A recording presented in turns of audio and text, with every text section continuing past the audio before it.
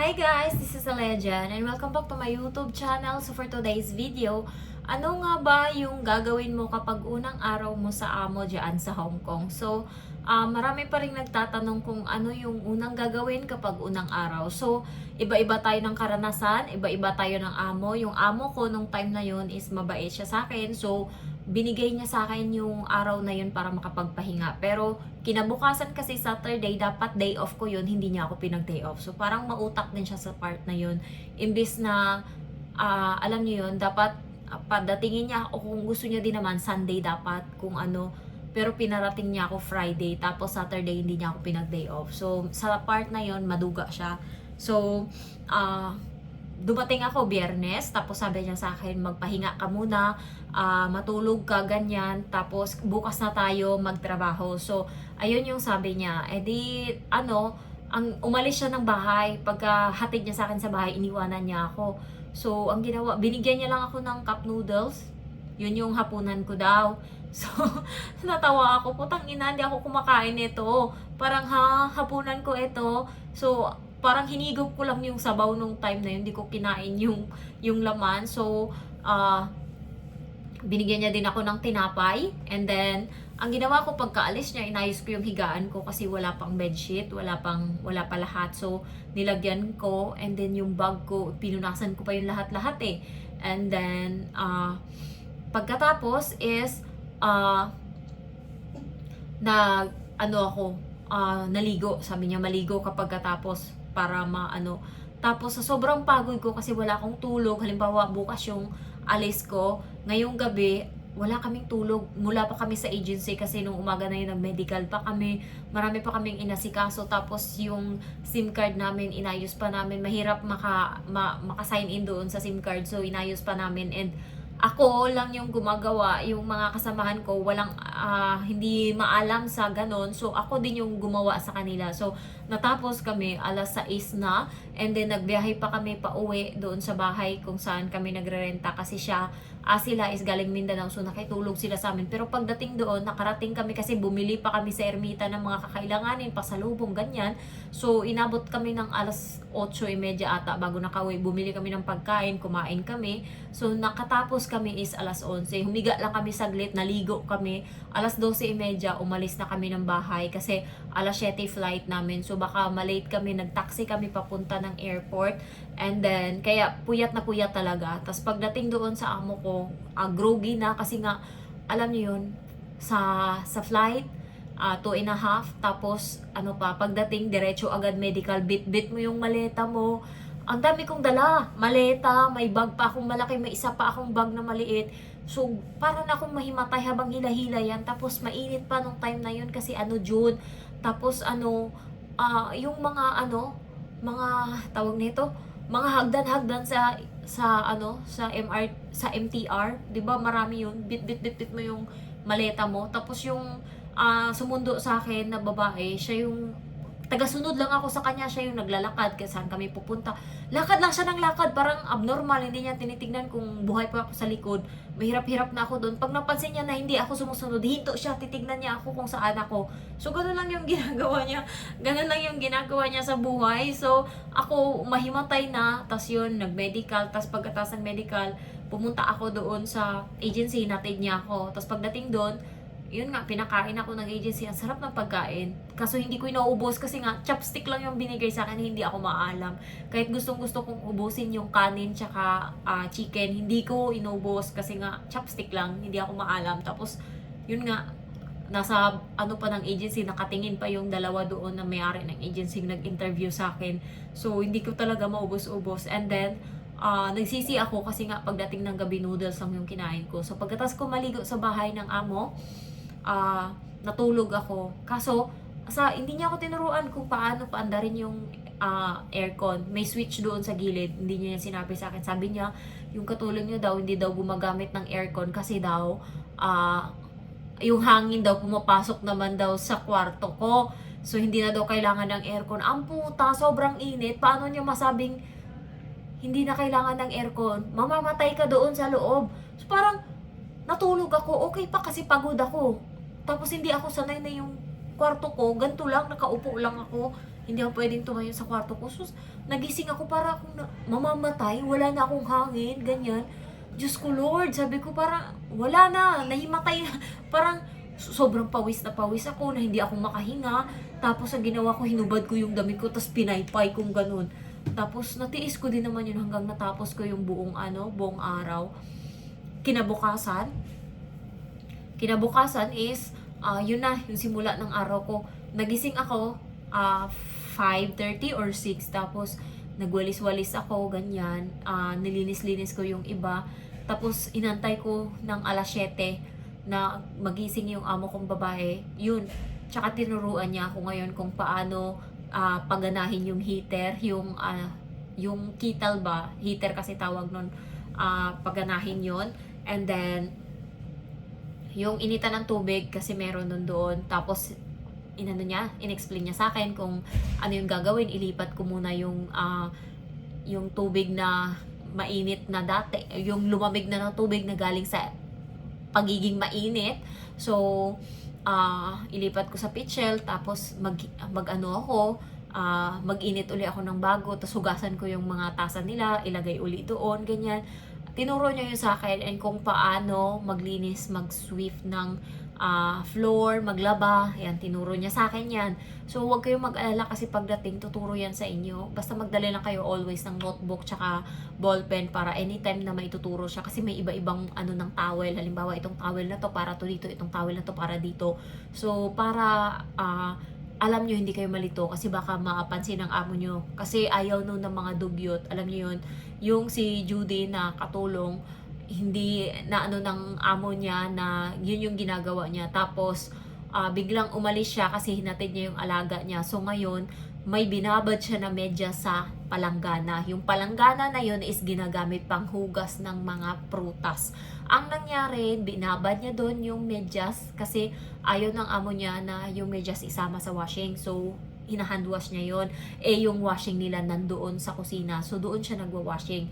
Ngayon, sabi niya, bago ako umalis, ibabad ko yung medyas para pag uwi ko malambot na. So, hindi na ganun kahirap labhan yung medyas. Parati niya naman daw yun ginagawa.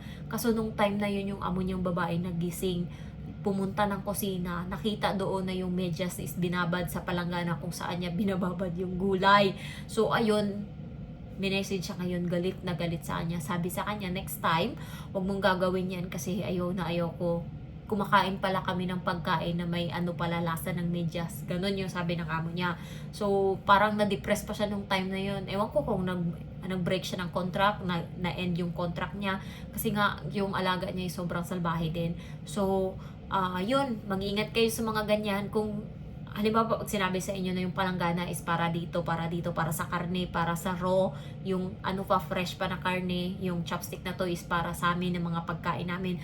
Tandaan nyo yan kasi napaka-importante niyan. Kasi yung mga gamit na yan, malaking bagay yan sa amo. Kapag napansin nila na iba yan, parang para sa kanila madumi, dugyot, ganyan. So, masyado silang maarte guys na meron pang isang amo na pagod na yung katulong sa ginagawa nila. Alam nyo ba, sa sobrang saltik nila, ang ginagawa nila, pag dumating ka galing sa labas, sa sobrang nandidiri sila, hindi lang sa iyo, kundi pati sa kanila, na feeling nila, galing sila sa labas, madumi sila kasi maraming germs na kumapit sa katawan nila. Pag uwi nila, hubad sila dyan sa may pinaka main door talaga. Pag sarado ng pinto, maghubad ka dyan. Nandyan yung mga basket kung saan mo ilagay yung damit mo. Maghubad ka dyan, pumunta ka doon sa toilet na wala kang damit. So, sabi niya, pagod na ako sa gantong ginagawa. Hindi lang naman ako yung naghuhubad bawat uwi sa bahay. Sila din naman, pero nakakapagod yung ganto. Yung, alam mo yon, kita nila yung buong katawan ko, kita ko din yung buong katawan nila, pero nakakapagod, sabi niya ganun. So, sabi niya, ayoko na ng ganto. So, ayun, parang, buti pa pala ako kahit papano hindi ako pinapahubad ng ganyan para lang. Alam nyo guys, marami sa Hong Kong yung may mga saltik na amo talaga. Nasa iyo lang talaga pag nasaktuhan mo yung napaka-worst. Ayan. So, ayun nga, tinuturo sa akin kung ano yung gagawin, paano magsaing, yung mga luto, ganyan. Tinuturo sa akin paunti-unti. Tapos pagising ng bata, yun nga, sinabi sa akin ng bata na hindi kita gusto, sabihin ganun sa akin. So parang yung time na yun, yung mukha ko is napahiya na sobrang pulang-pula. As in, hindi ko alam anong reaction ko. First time kong makarinig na ganyan sa ibang tao na hindi ako gusto. So, hindi ko alam kung mataranta. Hindi ko alam anong gagawin ko. Ang nangyari, sabi ng amo ko lalaki, ganyan naman yan siya. Masanay ka na sa susunod. Kapag bago kasi ganyan, nag-a-adjust pa lang siya. So, hinayaan ko lang.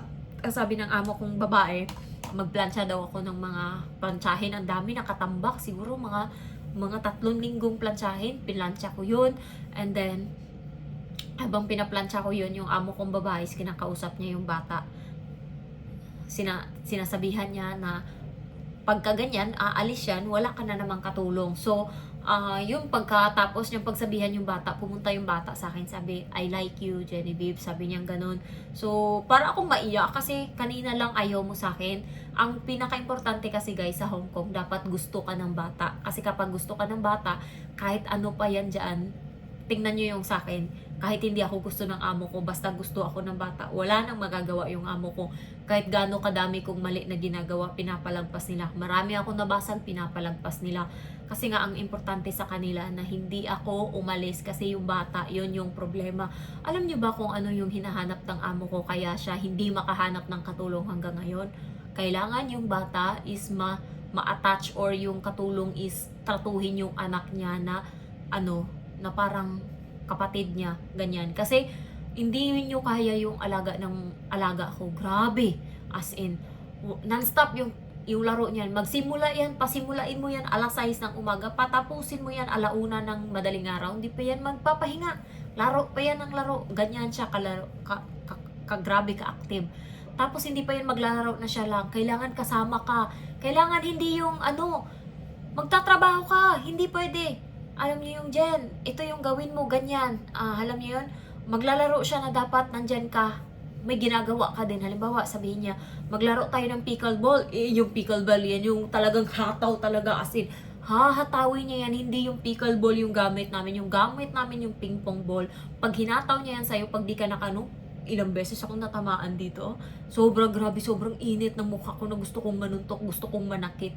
Sabi ko, ganito yung gusto mo. Nakahanap ako ng way kung paano siya asarin para hindi niya na ako palaruin ng ganun. Kasi nga, pagod na akong ginawa ko.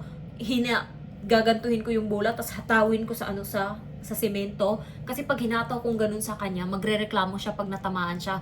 Pero pag sa semento galing yan, hindi niya ako maanuhan kasi nag-bounce na yan eh. Galing na yan sa semento. Hindi ko sinabing hindi ko tinira yan sa'yo. So, kada ganun ko, napupunta pa din sa kanya hanggang sa hindi lang kasi isang bola ginagamit namin sa paglalaro eh. 6 yan. As in, 3 akin, 3 kanya. Pagsabayin yan lahat. Kung sino yung may pinakamadaming bola, damputin mo lahat yan. Tas siya, grabe ang bilis niya dati. May mga sugat ako. Kanya to. Habang kinukuha ko yung bola sa ilalim ng kalamansi na may mga bunga-bunga, tinulak niya dun yung kamay ko. Tinutulak niya ng tinutulak. Kaya, alam niyo yun? Hindi nyo lang alam kung anong pinagdaanan ko doon sa amo ko. Grabe yung bata, as in. May mga video pa ako dito na yung pagkain ko, nilalaro-laro niya yung hotdog ko na binili. So, galing akong, sinundo ko siya, tapos bumili ako ng isang pack ng hotdog. Tapos, nilagay ko doon sa gilid kasi nga, hindi ko pwedeng ilagay sa bag kasi nga, frozen pa. So, magtutubig. Nakita niya yun, tinapon niya, pinaglalaruan niya. Tapos, hindi mo siya maawat kasi nga, mas itatapon niya pa. So, alam nyo, grabe yung pinagdaanan ko dito sa amo ko. Kaya, napakahirap niyang makahanap ng katulong kasi alam niya kung anong kapasidad ng anak niya na walang katulong na magtatagal. Alam niyo yun? Tapos tinanong ako ng amo ko lalaki kung mabait ba yung alaga ko. Sinagot ko talaga kasi paalis na ako nun eh. Sabi ko nung una, salbahe yan eh. Sabi ko nung pagkadating ko dito, buti nga ngayon bumait na yan. Dati hindi ko yan grabing salbahe yan. Sumisigaw pa yan, nakakahiya. Alam niyo yung hindi ka sanay na sigawan ng ibang tao, tapos makasigaw sa'yo, kala mo pinasok ka sa bulsa. Grabe eh. As in, kaya deserve ko talaga makauwi guys, kahit deserve ko to. Bahala kayo dyan. So, ini-enjoy ko talaga yung time ngayon kasi grabe yung pinagdaanan ko. Grabe yung, kayo lang yung nakakaalam ng iba, pero yung iba nandito pa din sa akin, hindi ko pa rin masabi. So, ayun ngayon, wala akong parang gusto ko. Kaya tignan nyo, sinasabi nyo na, ayan nga, parang naging blooming ako. Kasi wala na akong pinaproblema eh. Wala na din akong tagihawat. Konti na lang. So, hindi na din ako puyat. Ayan. masarap na din yung pagkain ko. Eat all you can parati.